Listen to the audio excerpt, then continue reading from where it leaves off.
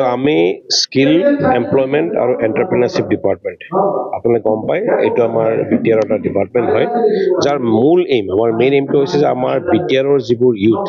বা যিসকলে ধৰক বিভিন্ন ধৰণৰ দক্ষতা প্ৰশিক্ষণ বিচাৰে বা নিয়োগৰ ক্ষেত্ৰত বা উদ্যমিতাৰ ক্ষেত্ৰত কাম কৰিব বিচাৰে তেওঁলোকক সহায় কৰাটো আমাৰ মূল উদ্দেশ্য আৰু আমাৰ কাৰণে খুব ভাল যে আমাৰ চিফ এক্সিকিউটিভ মেম্বাৰ মাননীয় শ্ৰীযুত প্ৰমোদ বড়ো ডাঙৰীয়া আৰু আমাৰ EM শ্ৰী উইলছন হাজদা ডাঙৰীয়াৰ নেতৃত্বত ভাল লিডাৰশ্বিপত আমি প্ৰত্যেকবিলাক VCDCত আমি বিভিন্ন কনষ্টিটুৱেঞ্চি যিবোৰ আছে তাত গৈ আমি মানুহৰ লগত কথা পাতিব চাইছোঁ আৰু ধৰক আমাৰ ডিপাৰ্টমেণ্টৰ পৰা কোনবিলাক কাৰ্যসূচী হৈ আছে এইবোৰ আমি অৱগত কৰাইছোঁ লগতে যদি ধৰি লওক যে কোনোবা VCDCত এনেকুৱা কোনোবা যুৱক যুৱতী আছে যিসকলে বিভিন্ন প্ৰশিক্ষণ বিচাৰিছে তেওঁলোকে যদি আমাৰ লগত যোগাযোগ কৰে আমি পৰৱৰ্তী সময়ত তেওঁলোকৰ বাবে বিভিন্ন ধৰণৰ প্ৰশিক্ষণসমূহ আয়োজন কৰি দিম আৰু ইয়াৰ পৰা চাওক আপোনালোকে গম পায় আমি সকলোৱে গম পাওঁ যে সকলো ল'ৰা ছোৱালী আজি ছাত্ৰ ছাত্ৰী স্কুলত গৈছে কলেজত গৈছে এটা আশা থাকে যে চৰকাৰী চাকৰি এটা পাওঁ কিন্তু আমি জানো যে সকলোৱে চৰকাৰী চাকৰি পাবলৈ কেতিয়াও সক্ষম নহয় তাৰ বিকল্প পথ হিচাপে যাতে তেওঁলোকে হাবাধৰি নাখায় বিমূৰত নপৰে নিজৰ ভৰিত থিয় হয় সঠিক প্ৰশিক্ষণ লৈ আৰু সঠিক দিহা পৰামৰ্শ লৈ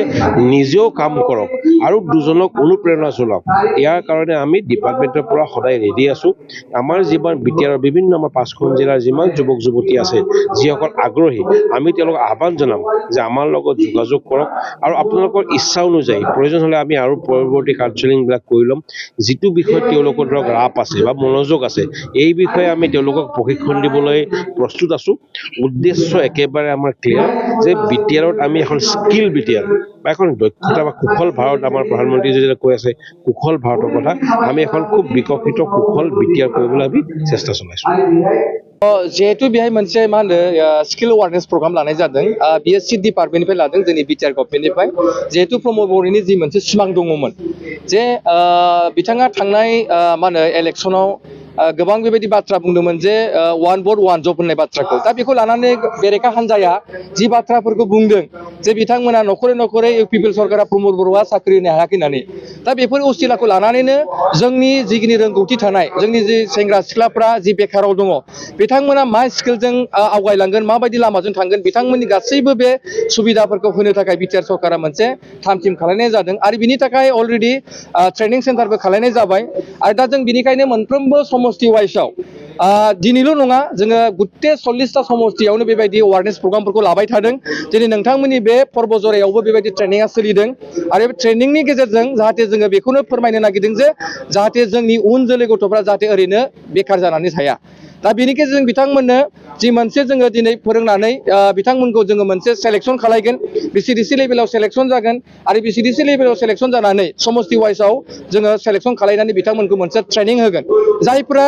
माने सोलोंनायनि सोरबाया लेखा गोरों रोङो सोरबाया इंराजि रोङा बिनि थाखाय बिथांनो जोङो मोनसे स्किल ट्रेनिं होनाय जागोन मास मोनथामनि कोर्स जायफ्रा दिनै माने मा होनदों दा नोंथांमोननि बे ओनसोलावनो मा होनदों रेल फेक्टरि फैगासिनो दङ BTR सरकारनि मोनसे सुक्तिनि गेजेरजों दा बेहाय गोबां मानसिफ्रा बोरै साख्रिखौ मोनगोन जिहेतु बिथांमोना बे स्किला थानांगोन बेनिखायनो दिनै बे ITI आव गोबां मानसिफ्रा मा होनदों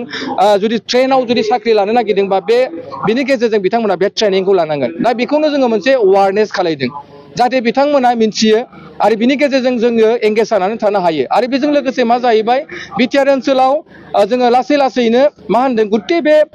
प्रग्रामखौ जोङो फोसावनायनि गेजेरजों जाहाथे जोंनि साफ्रोमबो बर' लाइमोन सेंग्रा सिख्ला आरो गुबुन गुबुन जनगोष्ठीनि मानसिफ्रा जाहाथे राफोद जानानै जाहाथे बिथांमोना गाव गावनि आथिङाव गसंनानै थानो हायो खामानि मावनानै जानो हायो बे असिलाखौ लानानैनो जोंनो थांनाय जिथु वान भट वान जब होननाय बाथ्राया फैदों मानोना जब होननाय लोगो लोगो गभर्नमेन्ट साखरिखौल' बुजाया मानोना मोनसे प्राइभेट बे प्राइभेटआव जों जुदि माबा मोनसे जों सुबिदा खालामनानै होनो नागिरदोंब्ला बेहाय जों निश्चय माबा मोनसे जों डिप्ल'मा जोंहा ट्रेनिंनि माखासे सार्टिफिकेट थानाय जानांगोन अब्लासो बिथाङा बे जयग'दा जागोन दिनै नोंथाङा जुदि खानाय सिननो नागिरदोंब्ला जुदि नोंथाङा